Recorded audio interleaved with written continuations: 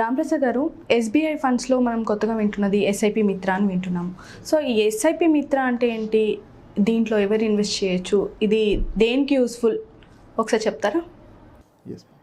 SIP మిత్ర ఇది రీసెంట్గా వచ్చిన ఎన్ఎఫ్ఓలో వాళ్ళు ఎక్కువగా ఇది బ్రోచర్లో ప్రింట్ చేసి మరీ పబ్లిష్ చేశారు ఎస్ఐపి మిత్ర. ఓకే, అయితే లెట్స్ నాట్ అంటే మనం ఒక ఎస్బీ ఒక బ్రాండ్గా ప్రమోట్ చేయదు, కానీ అసలు ఆ ఎస్ఐపి మిత్ర కాన్సెప్ట్ని అర్థం చేసుకుందాం. Okay, similar concept earlier ICICI mutual ఫండ్స్లో కూడా చెప్పారు. వాళ్ళు దాన్ని ఫ్రీడమ్ సిప్ అన్నారు, వీళ్ళు మిత్రా సిప్ అన్నారు. ఓకే, అంటే యాక్చువల్గా ఈ కాన్సెప్ట్ ఏంటంటే ఎస్ఐపి అండ్ ఎస్డబ్ల్యూపి కాంబినేషన్లో ఒక ఫైనాన్షియల్ ప్రొసీజర్ని డిఫైన్ చేయటం.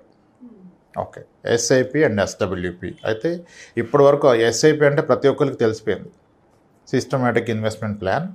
ఎవ్రీ మంత్ ఒక డేట్కి ఒక ఫిక్స్డ్ అమౌంట్ పెడతాము, అది అద్భుతంగా పెరిగిపోతుంది. 20 years ఉంటే 1 crore అవుతుంది, 30 years ఉంటే 4 crores అవుతుంది అనుకున్నారు. అంటే ఎస్ఐపి అనేది ఒక తమ్ము నెయిల్ అయిపోయింది. 3,000 పెట్టండి 10 కోట్లు అని కూడా పెట్టుకోవచ్చు. ఎందుకంటే 10 కోట్లు ఎప్పుడు అవుతుంది, 30-40 years ఉండి అవుతుంది, అప్పుడు దానికేం వాల్యూ ఉండదు.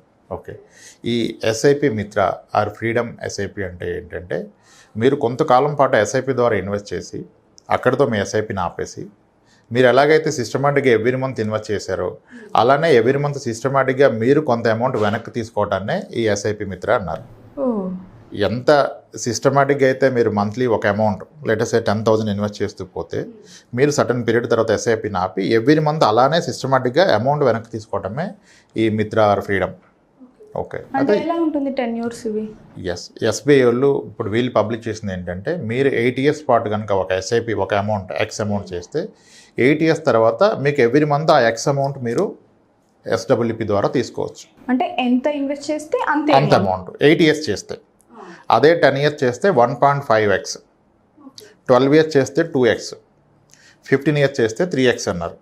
అంటే 10,000 రూపాయలు కనుక మీరు ఎస్ఐపి 8 ఏళ్ల పాటు చేస్తే అప్పుడు ఎస్ఐపి ఆపేసి అక్కడ నుంచి ఎవ్రీ మంత్ 10,000 రూపీస్ని మీరు లైఫ్ లాంగ్ తీసుకోవచ్చు అన్నారు. దానికి ఏమి లాక్ ఇన్ పెట్టలేదు.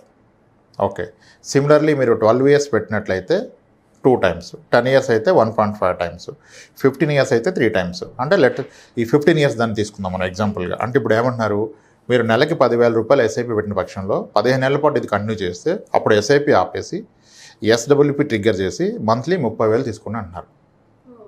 అంటే గ్యారంటీ 30,000 ఎవ్రీ మంత్ పెన్షన్ లాగా తీసుకోమని చెప్తున్నారు, విచ్ ఈజ్ గుడ్ కదా, విచ్ ఈజ్ వెరీ గుడ్. ఎందుకంటే ఇన్సూరెన్స్లో ఎన్నో ప్రొడక్ట్స్ వచ్చాయి ఇప్పుడు గ్యారంటీ రిటర్న్. ఎస్, అయితే థియరిటికల్లీ మనీ తీసుకోవడం పాసిబుల్, కానీ హౌ లాంగ్ అది వస్తుంది అంటే థియరిటికల్లీ పాసిబుల్ అని చెప్పకూడదు. కానీ looking at the past returns, okay, అది లైఫ్ లాంగ్ కాదు, జనరేషన్స్కి వచ్చేస్తుంది, ఎన్ని జనరేషన్స్కైనా వచ్చేస్తాయి. ఓకే, అయితే ఇది ఎలా పాసిబుల్ అంటే ఇప్పుడు టిపికల్గా మ్యూచువల్ ఫండ్స్ ఎస్ఐపి అంటే అందరు ఇప్పుడు 14-15 ఎస్ఐపి క్యాలిక్యులేటర్లు ఎంతెంతో పెట్టి క్యాలిక్యులేట్ చేస్తున్నారు. అవన్నీ వదిలేద్దాం, వెరీ కన్జర్వేటివ్ క్యాలిక్యులేషన్ చేద్దాం. ఒక వ్యక్తి నెలకి 10,000 రూపాయలు ఎస్ఐపి చేస్తున్నారు, 10,000 per month ఎస్ఐపి చేస్తున్నారు. ఓకే, సో ఇతను 15 ఏళ్ల పాటు చేశారు. Okay, 10,000 SIP for 15 years period చేసి అది కనుక ఒక 12% రిటర్న్ ఇస్తాయి. 12% is a conservative return in the diversified equity fund. It's an equity fund, something like flexi cap, multi cap fund అనుకోండి. 12% తీసుకోవచ్చు, ఎందుకంటే మనకి లార్జ్ క్యాప్ ఫండ్స్ కూడా 11% ఇచ్చాయి 15 years average return. So multi cap డెఫినెట్గా 12 ఇచ్చే అవకాశం మాత్రం ఉంది. Okay, in case 10,000 rupees per month ఎస్ఐపిని 15 years పాటు కనుక మీరు పెట్టగలిగినట్లయితే దాని వాల్యూ అట్ 15% గ్రో అయితే ఇంచుమించుగా 49.5 lakhs అవుతుంది. అంటే రౌండ్ ఫిగర్ 50 lakhs అనుకోండి. ఇప్పుడు ఏంటి, ఆ రోజు మీరు ఎస్ఐపి ఆపేశారు. ఎస్ఐపి ఆపేస్తే మీ మ్యూచువల్ ఫండ్ అకౌంట్లో 50 లక్షల రూపాయలు జమ కూడా ఉంది. మీరు రిడెంప్షన్ కొడితే 50 లక్షలు మీ అకౌంట్కి వస్తాయి. ఇప్పుడు వీళ్ళు చెప్తున్న కాన్సెప్ట్ ఏంటి, అప్పుడు మీరు ఆ అమౌంట్ తీసుకోవద్దు, దాన్ని అలాగే ఉంచి దాని నుంచి నెలకి 30,000 రూపాయలు ఎస్డబ్ల్యూపి ట్రిగ్గర్ చేయండి అంటున్నాడు. ఎస్డబ్ల్యూపి అంటే systematic withdrawal plan. Systematic withdrawal అంటే మనం ఎవ్రీ మంత్ వెళ్ళి విత్డ్రా చేయకుండా ఫస్ట్ ఆఫ్ ఆల్ మ్యూచువల్ ఫండ్ని మీరు ఎప్పుడైనా ఎంతైనా విత్డ్రా చేసుకోవచ్చు. అలా మీరు చేయకుండా సిస్టమేటిక్ ఒక రిక్వెస్ట్ ఇవ్వండి, ఎవ్రీ మంత్ 30,000 ఇవ్వండి నాకు ఎవ్రీ మంత్ ఫస్ట్ కానీ. సో దట్ ఎవ్రీ మంత్ ఫస్ట్కి 30,000 ఇస్తాడు. 30,000 ఎలా ఇస్తాడు, అక్కడ యూనిట్స్లో 30,000 వర్త్ యూనిట్స్ అమ్మిస్తాడు. ఇక్కడ ఫస్ట్ ప్రికాషన్ ఏంటంటే మీరు ఎస్ఐపి చేస్తున్న టైంలో మీరు పెట్టేది ప్యూర్ ఈక్విటీ ఫండ్. ఎస్ఐపికి ఎప్పుడు most volatile most aggressive pure equity ఫండే కరెక్ట్. ఎప్పుడు మీరు 15 years ఉంటాయి. మార్కెట్ వాలటైల్ ఉండి అప్ అండ్ డౌన్ ఉంటేనే మీకు ఎస్ఐపిలో 12-13% వస్తాయి. మార్కెట్లో ఎటువంటి బ్యాడ్ ఈవెంట్ జరగకుండా, డౌన్ఫాల్ లేకుండా కన్సిస్టెంట్గా ఎలా వెళ్ళిందంటే మీకు 10% రిటర్న్ రాదు ఈక్విటీలో. ఈక్విటీలో ఎస్ఐపి ద్వారా ఎందుకు ఎక్కువ రిటర్న్ వస్తుందంటే మార్కెట్ వాలటైలిటీ వలన వస్తుంది. సో మీరు 15 years పాటు ఉన్నప్పుడు diversified equity fund something like flexi క్యాప్లో ఉన్నప్పుడు 12% వస్తుంది. కానీ మీకు 50 లక్షల రూపాయలు వచ్చాక మీరు డైవర్సిఫైడ్ ఈక్విటీ ఫండ్లో అప్పుడు లంసం అయిపోయింది కదా, ఉంటే మాత్రం మీకు వాలటైలిటీ ఎక్కువ ఉంటుంది. మార్కెట్ 20% పడిపోతే 50 లక్షల్లో 20% వెళ్ళిపోతుంది, 10 lakhs. కాబట్టి అప్పుడు ఏం చేయాలంటే, ఇప్పుడు అందుకే వాడేమంటాడంటే ఎస్బీఐలో మీరు first source fund, target fund అంటాడు. అంటే ఎస్ఐపి కొన్ని ఫండ్స్ రికమెండ్ చేశారు వాళ్ళ దాంట్లో, అలాగే ఎస్డబ్ల్యూపీకి ఒక ఫండ్ రికమెండ్ చేశారు. సో టిపికల్గా ఏంటంటే మోస్ట్ ఐడియల్ సొల్యూషన్ మీరు ఏ ఎయిమ్స్ అయినా పెట్టుకోండి, ఎస్బీఐ ఐసిఐసి అవసరం లేదు. These two are very good fund houses. But అవే అని కాదు, మీరు కెనరా ఫండ్ హౌస్ పెట్టుకోవచ్చు, హెచ్డిఎఫ్సి పెట్టుకోవచ్చు, ఏ ఫండ్ హౌస్ అన్న పెట్టుకోవచ్చు. మీకు 50 లక్షలు జమ కూడాక దాన్ని మీరు ఒక హైబ్రిడ్ ఈక్విటీ ఫండ్లోకి మూవ్ చేయండి. హైబ్రిడ్ ఈక్విటీ ఫండ్లోకి మూవ్ చేయండి. హైబ్రిడ్ ఈక్విటీ ఫండ్ అంటే that is a combination of debt and equity. Debt and equity వల్ల మీకు రిస్క్ కాస్త తగ్గుతుంది, రిటర్న్స్ కూడా కాస్త తగ్గుతాయి.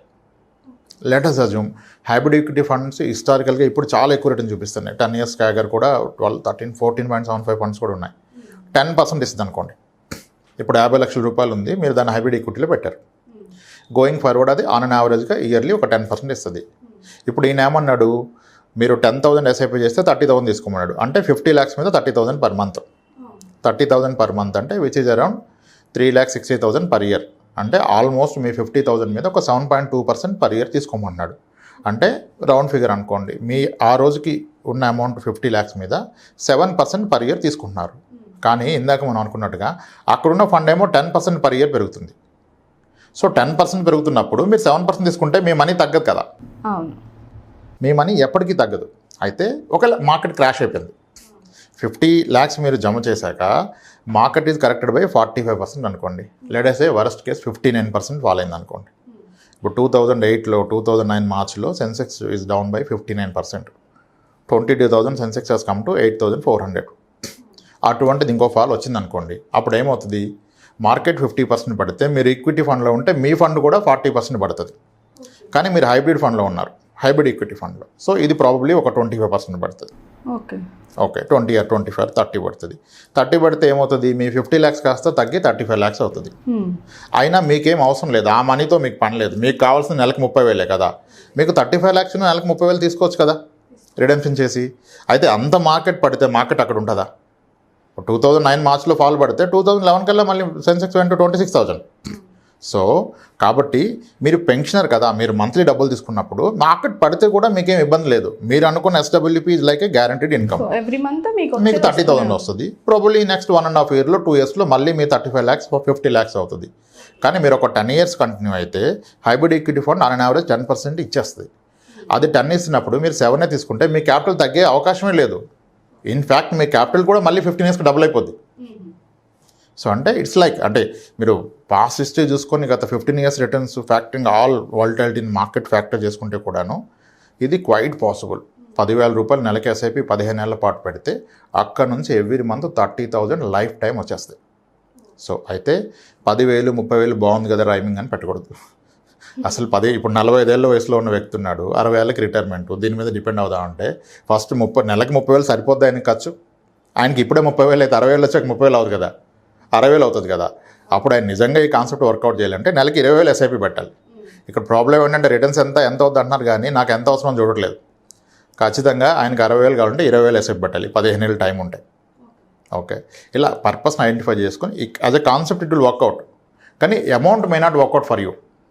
మీరు ఐడెంటిఫై చేసుకోవాలి మీకు ఎంత కావాలో. This is a very good concept, SIP SWP concept. అంటే ఇప్పుడు ఎస్ఐపి పెట్టే ఎస్డబ్ల్యూపీ స్టార్ట్ చేయంటే అవసరం లేదు. ఇప్పుడు ఆల్రెడీ రిటైర్డ్ 60 years ఉంది, ఆయన దగ్గర 50 లక్షలు ఉంది. ఇంకా ఆయన కొత్తగా ఎస్ఐపి పెట్టారు కదా, డైరెక్ట్గా 50 లక్షలు తీసుకొచ్చి ఎస్డబ్ల్యూపీ స్టార్ట్ చేసుకొని నెలకు 30,000 తీసేసుకోవచ్చు. ఓకే, అంటే మనం పే చేయకుండా ఉన్న దాంతోనే. ఇప్పుడు మీ దగ్గర డబ్బులు లేవు కాబట్టి మీరు ముందు జమ చేసుకొని తర్వాత ఈ ప్రాసెస్కి వచ్చారు. మీ దగ్గర ఆల్రెడీ డబ్బులు ఉన్నాయి, అప్పుడు ఇంకా ఎస్ఐపి ఎందుకు, ఆ మనీ పెట్టి ఎస్డబ్ల్యూపీ తీసుకోవచ్చు. ఇప్పుడు ఈ కాన్సెప్ట్లో నేను పర్సనల్గా ఒక 60 clients ఉన్నారు నాకు, 60 years అండ్ అబవ్ ఉండి ఎస్డబ్ల్యూపీ ద్వారా మంత్లీ ఇన్కమ్ గ్యారంటీ ఇన్కమ్ తీసుకుంటున్న వాళ్ళు. మన దగ్గర 86 years old క్లయింట్ ఉన్నారు, 82 ఉన్నారు, 76, 68 చాలామంది క్లయింట్స్ ఉన్నారు. This is a perfect solution for them. అందరూ ఇన్వెస్ట్ చేయొచ్చు అంటారా? ఎవరైనా చేసుకోవచ్చు, ఏ ఏజ్ గ్రూప్ అయినా చేసుకోవచ్చు. అండ్ దీనికి నామినీస్ ఉంటారు, నా తర్వాత ఏమవుద్ది మనీ అంటే ప్రాబ్లమే లేదు. You can have multiple nominees, వాళ్ళకి పాస్ అని అవుతుంది. మీరు ఉన్నంతకాలం మీరు ఎవరి మీద ఆధారపడకుండా ఒక పెన్షనర్ లాగా, ఇప్పుడు గవర్నమెంట్ ఎంప్లాయీ రిటైర్డ్ అయితే ఆయనకి పెన్షన్ ఉంది, సో ఆయన ఎవరి మీద డిపెండ్ కాదు. ఒక ప్రైవేట్ ఎంప్లాయీ రిటైర్ అయితే అప్పుడు వాళ్ళకి ఇది ఒక సొల్యూషన్. ఎస్, ఇది ఒక అద్భుతమైన కాన్సెప్ట్ అండి, దీన్ని అందరూ వాడుకోవచ్చు. ఓకే రాంప్రసాద్ గారు, మరి టెన్యూర్ అనేది 8 to 15 years అంతవరకు ఉంటుందా? ఎటువంటి టెన్యూర్ ఇక్కడ కాంప్లికేషన్ లేదు. వాళ్ళు ఐడియల్గా ఒక సినారియో చెప్పారు. మీరు ఎన్ని ఇయర్స్ అయినా పెట్టుకోవచ్చు. 8 years పెట్టుకుంటారా, 10 years, 12, 15, 20 years, ఎంత వరకు మేము కట్టగలుగుతామో. ఎస్, మీకు అంటే మీ అవసరాన్ని బట్టి మీరు కట్టగలగడం వేరు, మీ అవసరం వేరు. అంటే ఇప్పుడు ఒక 10 years అనుకుంటారు, మరి 8 years తోనే ఆపేస్తారు. చేసుకోవచ్చు, 8 months తర్వాత కూడా ఆపుకోవచ్చు, 8 days తర్వాత కూడా ఆపుకోవచ్చు. కానీ ఆపితే మీరు కట్టింది ఎంతో లేదు కదా, దాని మీద మీకు ఇంత రాదు కదా. వాళ్ళందరికీ అర్థమవడం కొరకు 8 years అయితేనేమో 10x పెడితే x అమౌంట్ వస్తుంది 8 years, 10 years అయితే 1.5x, 12 years అయితే 2x అన్నారు. కానీ వీటన్నిటికన్నా ప్రాక్టికల్ వే అయితే 15 yearsలో 3x ఈజ్ మోర్ ప్రాక్టికల్, ఎంత మార్కెట్ వాలటైల్ ఉన్నా. సో 15 years పాటు మీరు పెట్టిన దానికి 3 రెట్లు మీకు ఎవ్రీ మంత్ ఇన్కమ్ అయిపోతుంది. సో అద్భుతంగా వర్కౌట్ అవుతుంది, ఎవరైనా కన్సిడర్ చేయొచ్చు, తీసుకోవచ్చు. Thank you Ram. Right, thanks.